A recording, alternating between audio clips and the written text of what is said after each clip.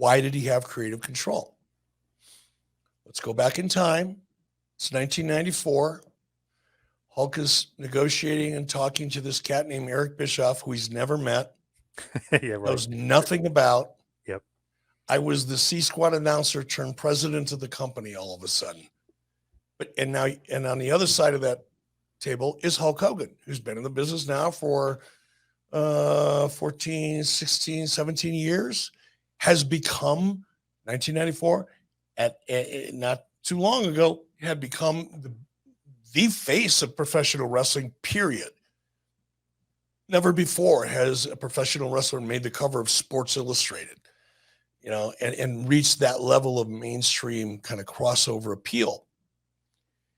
But now that same cat, Hulk Hogan, sitting across from this kid he's never heard of before, has demonstrated no abilities in this industry other than being a half-ass decent announcer and an adequate play-by-play guy. And now he's running a wrestling company. And by the way, he's running a wrestling company that has a history of being a clusterfuck creatively, because that's what WCW was, creatively. It had no one in WCW before me had established themselves as anything remotely close to a big-time storyteller, creator. So if you're Hulk Hogan and you're coming in with all this success and you're sitting across from someone you don't know who represents a company that's never done it, don't you kind of want to protect your character and your trademark, which, by the way, Hulk Hogan owned? Or are you just going to walk in and say, here, write me a check and I'm going to give everything to you. And if you want to bury my character and bury my trademark and make me completely useless in the future, have at it.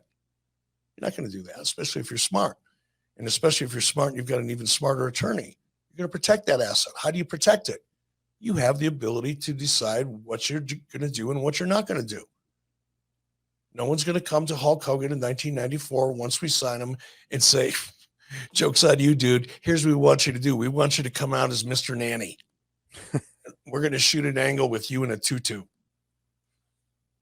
He had to protect himself against that. You laugh because that's kind of funny, but they brought Jorge Gonzalez out in a fucking monster suit. They made Kevin Nash come out in a dunce cap, like the Wizard of Oz. There were like hunchback midgets and stuff. So it's not like what I'm saying. Yes, it's kind of funny, but it's also kind of true.